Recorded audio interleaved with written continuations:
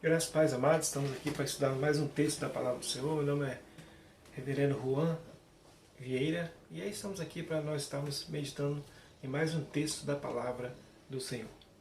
Livro do Evangelista João, Evangelho de João, capítulo 13, do versículo 1 até o versículo 15, que fala sobre Jesus lava os pés dos discípulos.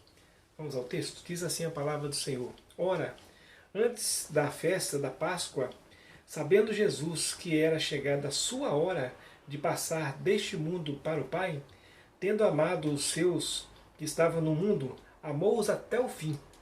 Durante a ceia, tendo já o diabo posto no coração de Judas Iscariotes, filho de Simão, que traísse Jesus, sabendo este que o Pai tudo confiara às suas mãos e que viera de Deus e voltava para Deus, levantou-se da ceia, tirou a vestimenta de cima e, tomando uma toalha, cingiu-se com ela. Depois deitou água na bacia e passou a lavar os pés dos discípulos e a enxugar-lhes com a toalha que estava cingido. Aproximou-se, pois, Simão Pedro, e este lhe disse: Senhor, tu me lavas os pés a mim?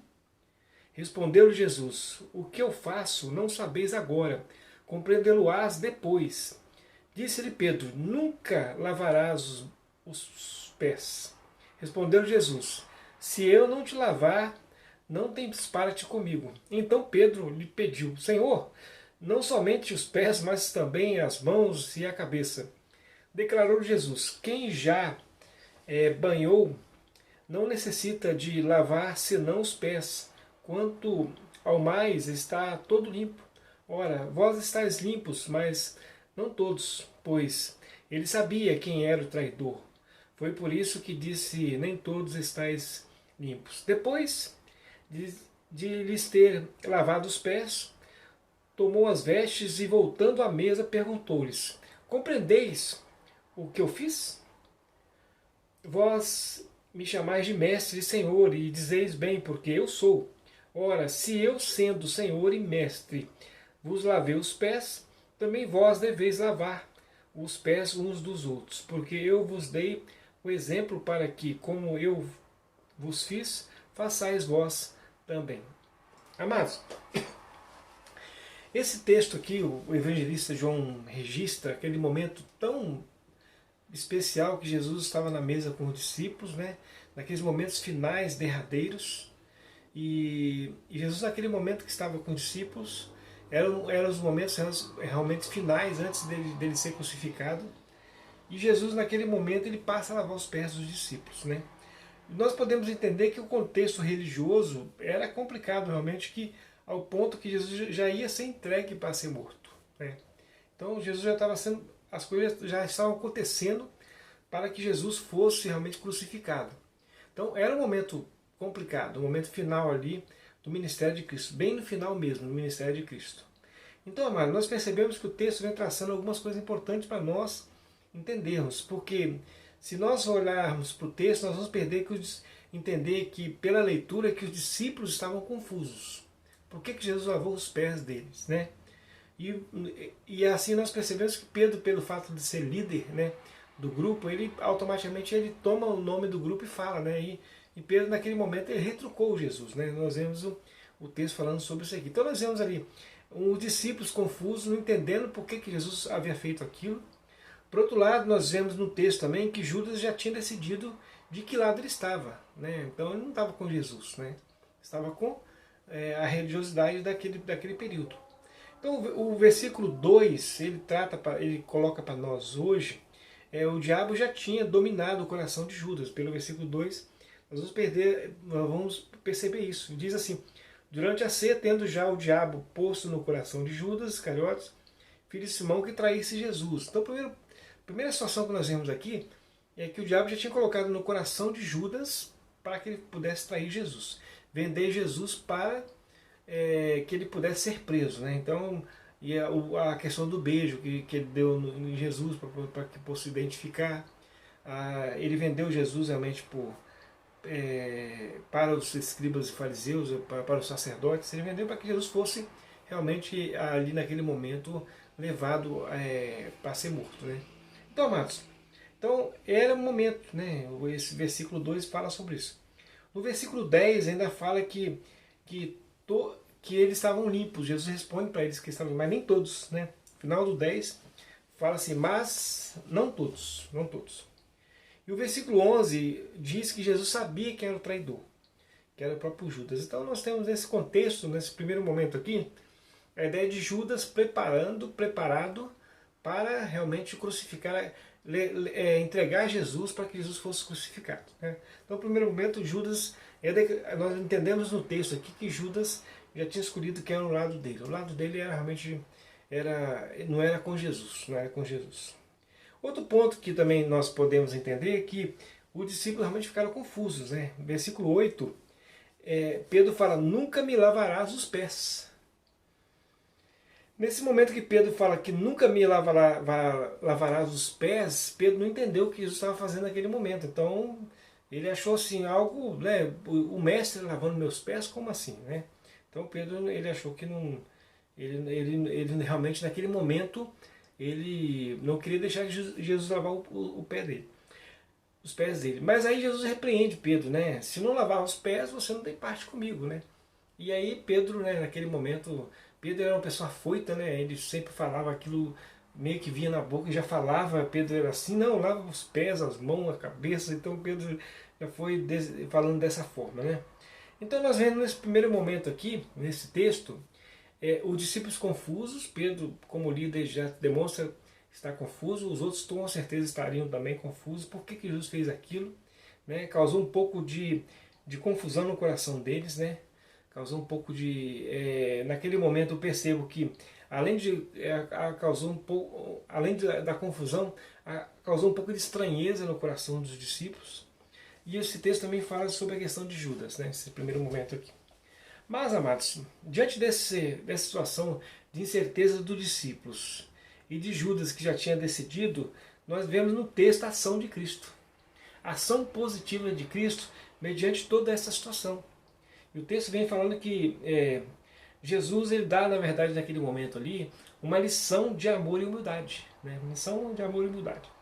Se nós temos naquele período os escribas e fariseus querendo matar Jesus por causa de questão de autoridade, porque eles achavam Jesus uma ameaça, e Jesus era uma ameaça porque Jesus falava as verdades para eles lá, e eles ficavam assim, nem com o pé atrás de Jesus, eles ficavam indignados, revoltados com Jesus. Então nós percebemos que Jesus, no texto, ele vem mostrando para nós aqui, João vem declarando para nós o que Jesus estava sendo realmente, entrando dentro do contexto para a crucificação. No versículo 1, parte A, diz que antes da Páscoa, Jesus, o próprio Cristo fala que chegou a hora dele ir para o Pai. Né? No versículo 13, no versículo 1 ainda, parte B, tendo Jesus amado os seus que estavam no mundo, amou-os até o fim. Então, João traça aqui que Jesus, né, ele estava se preparando naquele momento para a cruz, né, e ele cumpriu o seu ministério todinho, final, até naquele momento ali que ele ia ser levado para a cruz, até o fim. Então ele cumpriu o seu ministério. Né. O texto no versículo 1, no capítulo 3, vem falando sobre isso. Né. Outro ponto que está aqui no versículo 3, né, Jesus declara que ali é o final da missão dele, em versículo 3. Sabendo este que o Pai tudo confiara em suas mãos, que ele viera de Deus e voltava para Deus, que a missão dele já estava no final. Outro ponto que podemos destacar aqui, nesse texto, que é o amor de Cristo, que ele cumpriu o seu momento, é que depois da ceia ele passou a lavar os pés dos discípulos. Naquele momento da ceia, do versículo 4 ao versículo 7, ele começa a lavar os pés dos discípulos. E aí essa ação de lavar os pés dos discípulos, o Oriente os povos do Oriente, eles tinham um costume muito, muito peculiar. As pessoas que andavam de uma cidade para outra, ou mesmo estavam andando na cidade, eram convidadas para ir para a casa de alguém, e aí, dependendo da casa, do poder aquisitivo daquela casa, aquela casa tinha criados, pessoas, né, até escravos, né, que pegavam água e pegavam aí água, vasilha, né, panos e tal, e lavava os pés das pessoas que estavam sendo recebidas. Era uma forma realmente de uma recepção, de uma hospitalidade. E quem fazia isso era um escravo ou um serviçal, né, um serviçal que fazia esse tipo de acolhida, né, fazia esse tipo de acolhida porque para que aquela pessoa que foi possa ser recebida. Então esse era o contexto da época. E Jesus faz exatamente isso, ele se coloca como um escravo, né, como um serviçal, e começa a lavar os pés dos discípulos. Talvez a estranheza de Pedro, né, por isso, né? Talvez nós podemos entender que essa estranheza de Pedro é a estranheza de todos naquele momento ali. Todos tinham estranhado essa postura de Jesus, né? Agindo como escravo, né? Agindo como alguém que realmente é escravo. Então, depois passou a lavar os pés dos discípulos. Versículo 4 a 7 vem traçando esse ponto. Mas aí, mais lá na frente, no versículo 12, Jesus ele pergunta para o discípulo, ele senta à mesa outra vez e pergunta para os discípulos: vocês compreenderam o que eu fiz? Né? Vocês entenderam o que eu fiz? Né? E aí, amados, versículo 12, Jesus faz essa pergunta para eles. E no versículo 13, nós percebemos que Jesus ele coloca a sua identidade, né, para os discípulos, reafirma a sua identidade, dizendo que vós os chamais de mestre e senhor, dizeis bem porque eu sou, né? Jesus reafirma a sua identidade, embora ele fez aquele serviço de um escravo, mas ele fala assim, mas eu sou o Senhor, eu sou o Senhor, eu sou o Senhor e mestre, Senhor sobre todas as coisas, mas eu agi como um escravo, né? Então, naquele momento, talvez piorou um pouco as coisas no coração dos discípulos, porque talvez eles entenderam, mas como assim? O Senhor é o mestre, né? É o Senhor, Jesus reafirma a sua identidade, mas ele só fez isso por nós, lavou os nossos pés como escravo. Né? Atitude de humilhação, seria a atitude de humilhação. Né? E Jesus, e aí, amados, nós vemos no versículo 14, né, que Jesus faz isso para poder ensinar por discípulos. O objetivo era ensinar. Então, aí Jesus fala assim no versículo 14, então, gente, ora, se eu sendo Senhor e Mestre, tá? Jesus fez isso para impactar o coração deles. Eu fiz isso com vocês, lavei os pés, vocês devem fazer a mesma coisa com as outras pessoas. E aí no versículo 15 ele reitera mais ainda, porque eu vos dei exemplo para que, como eu vos fiz, façais vós também. Então Jesus naquele momento, Jesus ele simplesmente ele faz algo de impacto, que é lavar os pés do discípulo, fala assim, eu sou o Senhor e Mestre mesmo, eu agi dessa forma, mas isso que eu fiz vocês devem fazer da mesma forma. Se nós o compararmos com os escribas e fariseus, né, saduceus, né, e sacerdotes, aquela liderança, imagina se eles fariam isso por alguém. Não fariam, lavar os pés de alguém nunca. Eles nunca fariam isso. Então Jesus falando assim, eu mesmo sendo Senhor e Mestre sobre todas as coisas, o Senhor, e eles eram os discípulos de Cristo, e Jesus lava os pés deles, Jesus dizendo o seguinte, que o ministério deve ser feito com humildade. Que o ministério deve ser feito com humildade. Então Jesus fala assim, que eu fiz, vocês têm que fazer a mesma coisa. Então Jesus amou até o fim e chegou naquele momento aí. Bom, então vamos a algumas aplicações do texto, né? Algumas aplicações, né? Vamos fazer algumas aplicações importantes. A primeira aplicação que eu gostaria de fazer é que, embora o texto não trace todo o contexto, mas nós temos aqui dois grupos. O primeiro grupo é Jesus e os discípulos. Jesus e os discípulos, aquele quem lavou os pés. O outro grupo, nós temos um grupo que é Judas, que era discípulo, mas estava do outro lado. Né? Era Judas junto com o diabo. Né? E mais o motivo da traição, que eram os líderes religiosos que pagaram, né, para que Judas traísse. Então nós temos esse grupo, né, Judas, o diabo e na verdade aqueles religiosos. Aqueles religiosos eram um grupo. E Jesus e os discípulos eram outro grupo. São dois grupos. Né? No texto aqui nós podemos identificar dois tipos de grupo. Embora o grupo dos líderes religiosos aparentemente estava oculto aqui, mas a intenção deles já estava aqui no meio do contexto. Né? A ideia da traição é a ideia de que eles colocaram isso no coração de Judas e o diabo, né, trabalhou, o próprio demônio trabalhou essa questão. Então Jesus e os discípulos, né, Então nós temos Jesus, o domínio de Jesus e o domínio do diabo, né? O domínio de Jesus faz de pessoas humildes. O domínio do próprio diabo faz com que a religiosidade torne pessoas ruins, né? Religiosos ruins, né? De status, né? De aparência, né? De aparência, né? Não de verdade, não de verdade. Então, dois grupos aqui distintos. A primeira aplicação. E a primeira aplicação é o seguinte: nós devemos optar pelo grupo correto, nunca pelo grupo do diabo, né? Como líder, domínio, né? Domínio eclesiástico, nada disso. Sempre o domínio de Jesus, que é através da humildade, né? Através da humildade. Todos iguais, todos iguais, todos iguais. E Jesus trata todos daquela forma. Jesus se coloca até como escravo, né? Como escravo, e lava os pés, né? Então essa é a aplicação, sempre do lado de Jesus, né? Nunca do lado de religiosos de status, né? Que às vezes somente de fachada, de aparência.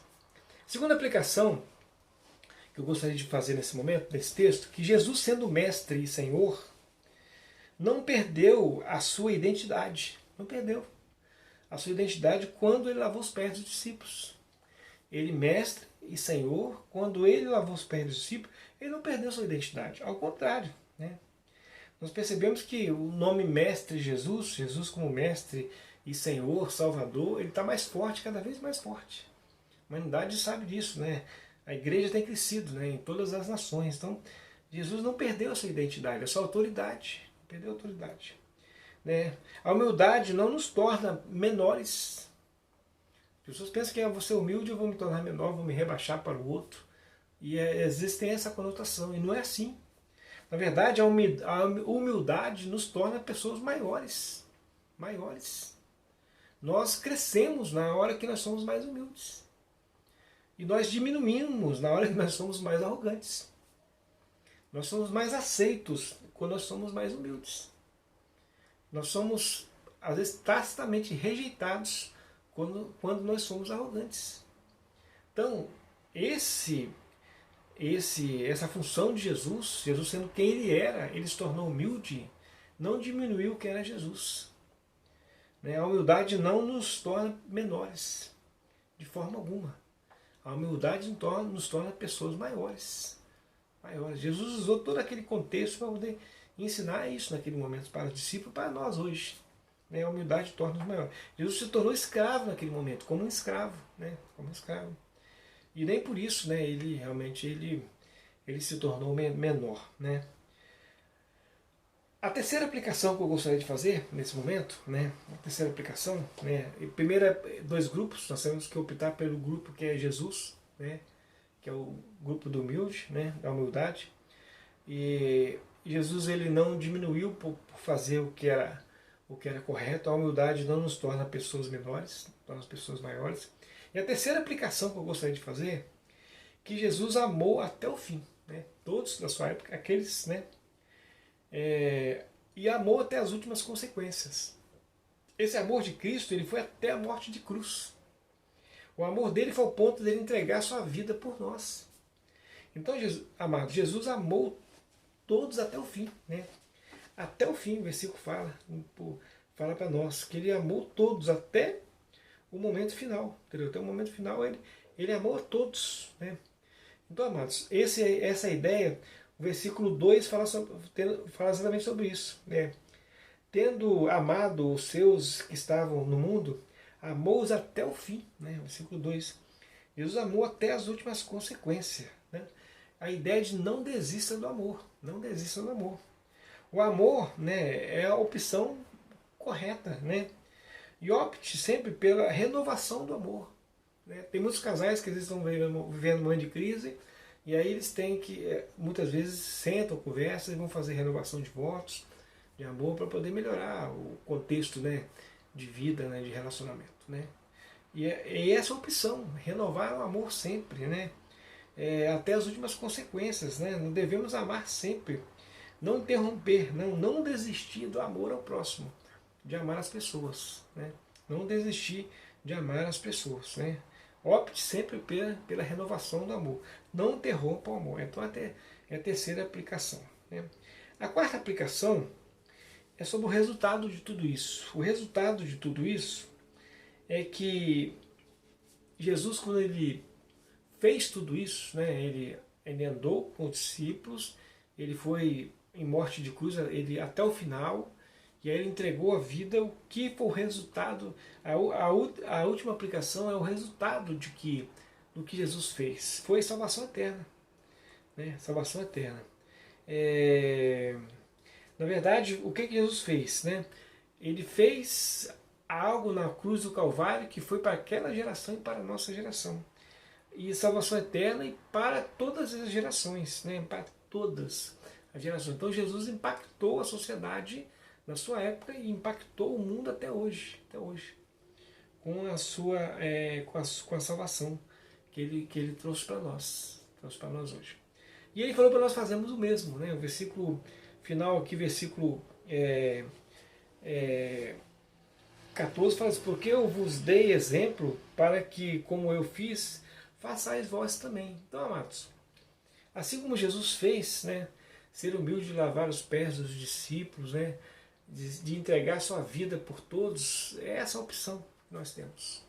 Essa é a última aplicação, para que o resultado seja Jesus nascer nos corações, para que o Evangelho nasça nos corações, para que o amor brote no coração das pessoas.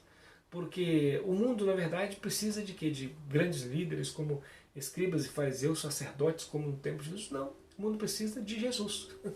O mundo precisa do amor de Jesus. O mundo precisa desse cuidado, né, sacrificial, né, pelo alguém que peça, olha para as pessoas e fala assim: nossa, a pessoa me ama, né, a pessoa gosta de mim, né, me quer bem. Então essa é a ideia que Jesus passa, do querer bem do outro, do querer o melhor para o outro. Então, amados, é esse amor sacrificial de realmente ver, né? Então, amados, essa é a postura correta. Se nós tínhamos ali naquele contexto de escribas e fariseus, saduceus, pessoas que julgavam, né, e aí massacravam as pessoas, nós temos Jesus aqui com amor, né, com perdão, e os discípulos todos errados, todos confusos. O próprio Judas, Jesus lá aos pés de Judas. E nós percebemos que Jesus não julgou eles nem hora nenhuma, porque Jesus não veio para julgar, mas veio para salvar. Então, amados, a boa nova de salvação está no nosso coração, povo de Deus. E devemos pregar a boa nova de salvação. E aquele que não conhece a Jesus ainda, saiba que Jesus é a boa nova de salvação. Jesus não veio julgar você, apontar o dedo para a sua dificuldade. Ao contrário, ele veio falar o seguinte: você tem uma dificuldade, você passa um problema nessa área, então eu estou aqui para te ajudar. Estou aqui para lavar os seus pés. Estou aqui para fazer o que for preciso para te ajudar, para que você seja cada vez melhor. Então, amado, esse foi o ensinamento de Jesus, né? Cuidando de pessoas. E que nós, igreja, possamos ter a postura de Cristo, em vez de julgar, em vez de comprar por moedas de prata para que o outro morra, né? Ao contrário, né? Na verdade, nós devemos dar a nossa vida pelo outro, né? E fazer com que o amor de Deus possa transbordar em nossos corações e atingir as pessoas que necessitam do amor e perdão eterno em Cristo Jesus, o nosso Senhor. Que Deus use a sua vida para que você seja, e eu, né, para cada um de nós possamos ser mensageiros em nosso tempo, né, para que o Evangelho chegue nos corações e que o amor de Deus brote nos corações que necessitam novo nascimento e perdão eterno. Que Deus abençoe e te fortaleça.